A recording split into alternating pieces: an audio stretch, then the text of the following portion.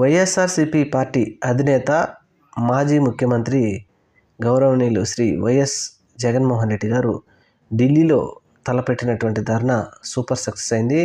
అలాగే అక్కడ అఖిలేష్ యాదవ్ గారు ఉత్తరప్రదేశ్ నుంచి మరియు తమిళనాడు నుంచి అనేక పార్టీల వారు మద్దతు తెలిపారు జగన్మోహన్ రెడ్డి గారికి.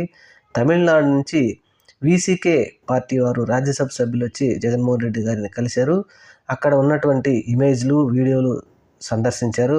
అలాగే అవన్నీ ఖండిస్తూ ఆయన మాట్లాడుతూ ఇది చాలా తప్పు, ప్రజాస్వామ్యంలో ఇలాంటి సంఘటనలు జరగకూడదు అని చెప్తూనే జగన్మోహన్ రెడ్డి గారిని ఐఎన్డీఏ కూటమిలోకి మేము ఆహ్వానిస్తున్నాం, ఆయన తప్పకుండా మా ఆహ్వానాన్ని మన్నించి ఐఎన్డీఏ కూటమిలోకి తప్పకుండా రావాలని చెప్పేసి ఆయన ఆహ్వానించారు.